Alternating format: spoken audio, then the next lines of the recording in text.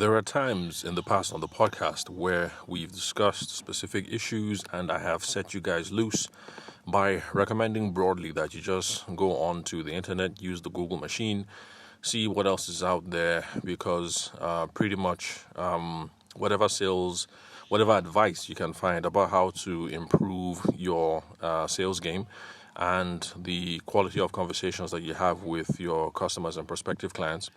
So, usually after we discuss something, I just say use Google because whatever you find is going to be useful. Today, I'm going to walk back some of that advice just a little bit because I've come across some other frameworks that are not entirely helpful or might be difficult to use for those of us who are in the wedding industry. So, one of those is something that I've heard on two or three podcasts right now. It's something I've heard a long time in the past, but I just figured that it was advice that people wouldn't seriously throw around anymore. And the framework that I'm talking about is the conversation primer about, it comes under different titles, different headings, but the most popular form that I've come across is why you, why now, and what next. So the whole idea behind it is that those phrases are supposed to be the conversation prompts whenever you're dealing with a potential client or you have a current customer. So you're supposed to start off the conversation basically by trying to trying to show why you are the best service provider for the job. So that is the why you part. And then why now? That is the part of the conversation why you show that it is in their best interest that they take action now and go with you. And then the last part is what next? And that's the point where you pretty much lead them through by saying the next step is. So, so for this framework, why you, why now, and what next? The last part of the framework is really, really helpful. The what next part, because a lot of wedding vendors, typically what we do is we go through our whole spiel, we do the whole toasting, and then we just keep quiet without making any specific request or without trying to take the initiative and to lead the way. And so our clients say, let me think about it. And understandably so, because you haven't made a specific ask about them. So the what next part of the conversation is really, really useful. So if you go through your whole spiel, you do your toasting, you say the whole, my name is Kemi, wedding planner. We're the best. We have won several awards. We planned Dangote's daughter's wedding, blah, blah, blah, blah, blah, blah. After you go through that, you're supposed to wrap up your presentation with the next step. You're supposed to lay out lay out a path that is easy for the client to follow. And that's also going to be a useful way for you to gauge buy-in, to see that if you guys are tracking and if you guys are on the same page. So if you go through the whole thing of, we've won several awards and we planned Dangote's daughter's wedding and we are the best and we are the most sophisticated, and I've done my training with my wedding planning training with Institute in the UK and in the USA, and so this is the reason why you're supposed to go with me. Then, if you just keep quiet at that point, the bride is going to say, let me think about it. And that's not a good thing to hear. But if you go through all that jazz and then you say, okay, and so the next step is, if you are interested, we're going to take a deposit for the amount of 200,000 naira to secure your wedding date for December 1st. You've taken the initiative, you've laid out a clear path on what it is that needs to be done next.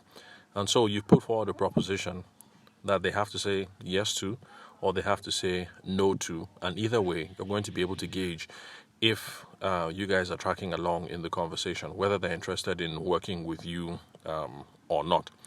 So that last part of the framework, the what next, is very useful. And we should always have a what next whenever we're having conversations with prospective clients and also our current customers. So you do your presentation, you do all the talking back and forth, but it should always end up with a what next. You take the initiative, say what the next step is, and the client now has a choice to make that is either going to move the process forward or you will now find out that you're missing something substantial, and you have to repeat the process all over again. So the what next part, very, very, very useful. The problem with this framework is the first two, the why you and why now. You're not going to be able to say why you, except if you had a conversation with the clients in the first place and you figured out who they are, what they're about, what they're planning, what they desire.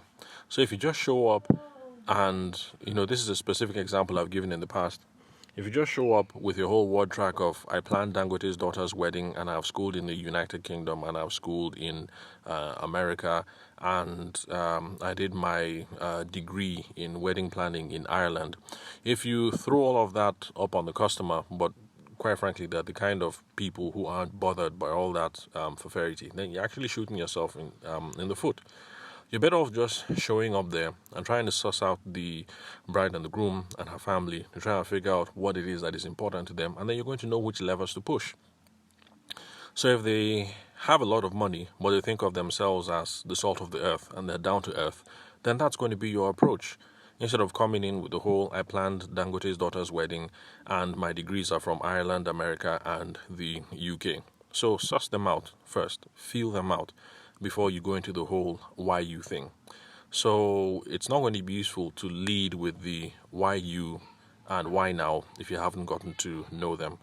And then most importantly, on the why now thing, you can't have the why now conversation except if you get a sense of their own time frame, especially. When is it that they're getting married? Let's see, have they booked the wedding hall? What else? Have they... Okay, I'm not sure what else. Okay, let's say wedding date and wedding hall. Yeah, that's good enough to go on. So with that, you already know what the specific time frames are. But let's say they have gotten the wedding date and it's 2 years out and they've already booked the wedding hall. Really, you can't make any ask of them that is going to... You can't get... If the wedding date is 2 years out, even if they've booked the wedding hall and they've made other plans, you really can't push with any reasonable sense of urgency on certain things. So if you're the wedding photographer, for instance, well, it depends. If you're high end and you're in high demand, I guess taking a deposit to secure a date 2 years out, might make sense. But for most of us, it might not work out that way, and so you can't push forward any proposal with any sense of urgency. So this is a framework that I would advise wedding planners not to adopt, not in its entirety, because you can't have the why you conversation until you know who the couple is and what's up with them and what they're about. And you can't have the why now conversation until you have a sense of what timeframes they're working with and what sense of urgency is already there before you can push forward for a commitment.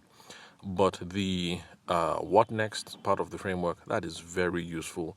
So regardless of whatever framework that you find out there on the internet, or even if you vibe with ideas I've been putting out on the podcast, always remember to include a what next element. Because if you show up, you guys have fun, you went to the bride's office, you guys chatted, people are now like sisters, or you and the groom, people are now like brothers, but you have that fun conversation and then you leave and there was no what next on the table. You're just shooting yourself in the foot. There should always be a what next.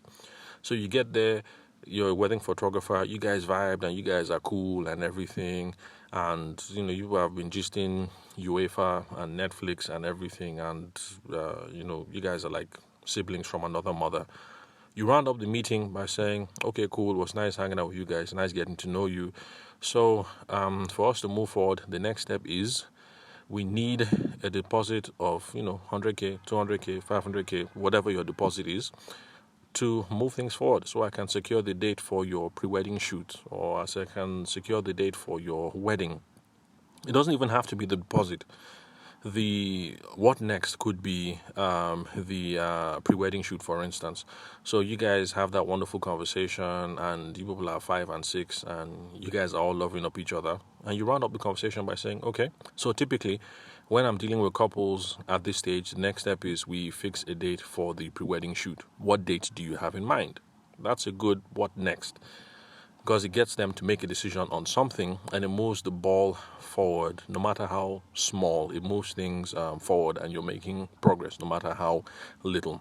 So for that framework, why you, why now, and what next, the what next bit is very, very, very, very useful.